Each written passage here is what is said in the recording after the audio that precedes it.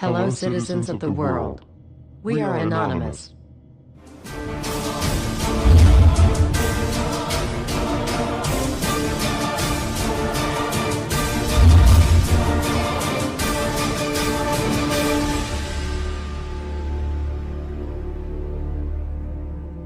Dear brothers and sisters, now is the time to open your eyes. In a stunning move that has civil libertarians stuttering with disbelief, the U.S. Senate has just passed a bill that effectively ends the Bill of Rights in America.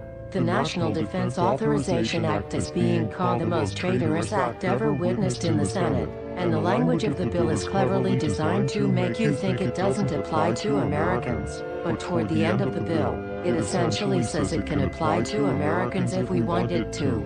Bill summary and status. 112th Congress 2011 to 2012 S 1867. Latest title, National Defense Authorization Act 4. This bill, passed late last night in a 93-7 vote, declares the entire USA to be a battleground upon which U.S. military forces can operate with impunity, overriding posse comitatus and granting the military the unchecked power to arrest, detain, interrogate and even assassinate U.S. citizens with impunity. Even Wired magazine was outraged at this bill, reporting, "Senate wants the military to lock you up without trial." The detention mandate to use indefinite military detention in terrorism cases isn't limited to foreigners. It's confusing, because two different sections of the bill seem to contradict each other.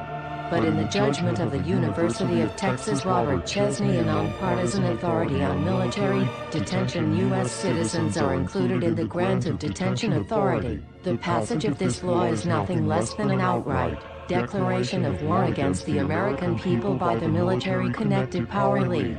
If this is signed into law, it will shred the remaining tenets of the Bill of Rights and unleash upon America a total military dictatorship, complete with secret arrests, secret prisons, unlawful interrogations, indefinite detainment without ever being charged with a crime, the torture of Americans and even the legitimate assassination of U.S. citizens right here on American soil. If you have not yet woken up to the reality of the police state we've been warning you about, I hope you realize we are fast running out of time.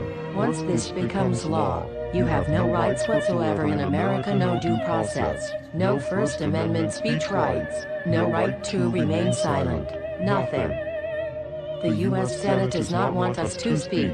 I suspect even now orders are being shouted into telephones and men with guns will soon be on their way. Why? Because while the truncheon may be used in lieu of conversation, words will always retain their power. Words offer the means to meaning, and for those who will listen, the enunciation of truth. And the truth is, there is something terribly wrong with this country, isn't there? Cruelty and injustice, intolerance and oppression, and where once you had the freedom to object, to think and speak as you saw fit, you now have censors and systems of surveillance coercing your conformity and soliciting your submission. How did this happen? Who's to blame? Well, certainly there are those who are more responsible than others, and they will be held accountable. But again, truth be told, if you're looking for the guilty, you need only look into a mirror. I know why you did it. I know you were afraid. Who wouldn't be?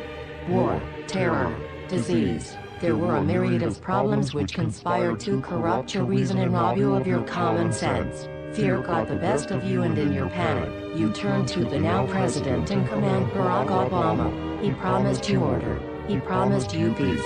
And all he demanded in return was your silent, obedient consent. More than 400 years ago, a great citizen wished to embed the 5th of November forever in our memory. His hope was to remind the world that fairness, justice, and freedom are more than words, they are perspectives.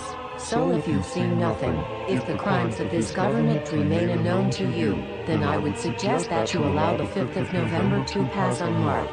But if you see what I see, if you feel as I feel, and if you would seek as I seek, then I ask you to stand beside one another, 1 year from November 5th, 2011, outside the gates of every courthouse of every city demanding our rights. Together we stand against the injustice of our own government. We are anonymous. We are legion. United as one. divided by 0. We do not forgive censorship.